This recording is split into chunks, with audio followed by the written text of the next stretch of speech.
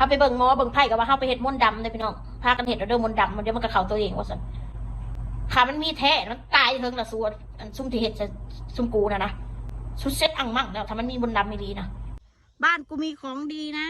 บ้านกูขอแค่ดูหน้าแค่นั้นแหละเห็นใบหน้าแค่นั้นแหละพี่น้องเอ้ยกูก็อยากหาอยู่นะหามนต์ดำนี่เฮ็ดสิสู้นี่กูสิยอมเองเขาก็สร้างถ้าสุพินาศนะ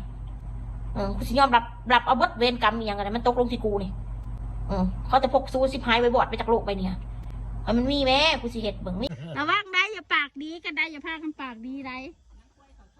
นังกล้วยกับทองยังมีไรบ้านกูยังมีไรทางมีอะไรได้ปุ่นทางปุ่นทางบ้านอุ่นหน่อยมีอะไรแล้วจะไปหา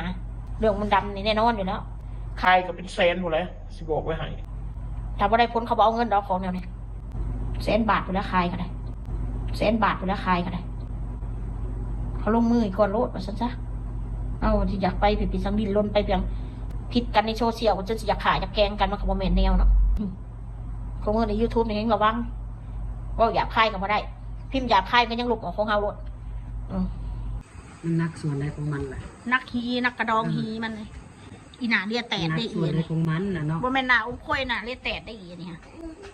มันมักแตดมันบ่ได้มักค่อยซุ่มหยาบคายน่ะติโก้ยจ้างก็บ่ได้ฟันธงเลยบ่ได้นอกจากสิออกมาด่าแบบผู้ลากมากดีนะได้ยุแบบนะวันศีลวันพระเด้อมาซาถูกผู้ใดมันขีดในกำเฮาซาถูกพี่น้องเอ้ยขอให้มันได้รับกรรมเร็วๆบุญที่มันเคยสั่งขอให้มันบาปกรรมย้อนจะโตมันเองบัดไผ่กันได้สิ่งใดที่มันเคยสั่งบุญสั่งกุศลกับคนนะถ้ามันคิดบ่ดีกับคนก็ซาถูกมันย้อนกับโตมันเองบัดบาปกรรมตามสนองจะกรรมไผ่นะเนาะพี่น้องมือนี่ใส่น้ำกันนะเราก็คิดว่า